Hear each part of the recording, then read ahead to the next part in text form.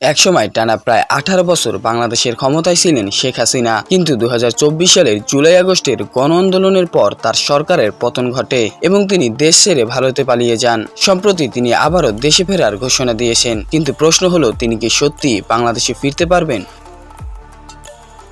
2024 সালের ছাত্র আন্দোলন দ্রুত সারা দেশে ছড়িয়ে পড়ে। আন্দোলন দমনে নিরাপত্তা বাহিনীর ভূমিকা নিয়ে দেশ বিদেশে চলে ব্যাপক সমালোচনা।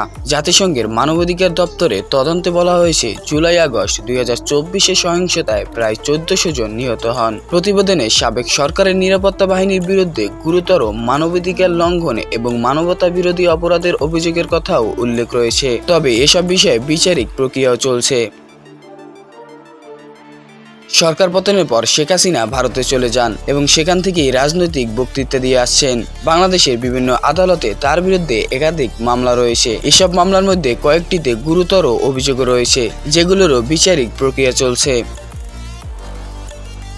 সম্প্রতি শেখ হাসিনা ঘোষণা দিয়েছেন যে তিনি ডিসেম্বর 2026-এ বাংলাদেশে ফিরতে চান। তিনি বলেছেন, গ্রেপ্তার বা অন্য ঝুঁকি থাকলেও দেশে ফিরবেন এবং নিজের বিরুদ্ধে আনা অভিযোগকে তিনি রাজনৈতিক ষড়যন্ত্র বলে দাবি করেছেন। তিনি দেশে ফিরবেন কিনা সেটি নির্ভর করে একাধিক বিষয়ে: ভারতের অবস্থান, বাংলাদেশের আইনি প্রক্রিয়া, আদালতের সিদ্ধান্ত এবং সামগ্রিক রাজনৈতিক পরিস্থিতির উপর। বর্তমান পরিস্থিতিতে নিশ্চিতভাবে বলা সম্ভব নয় তিনি কবে বা আদৌ দেশে ফিরতে পারবেন কিনা।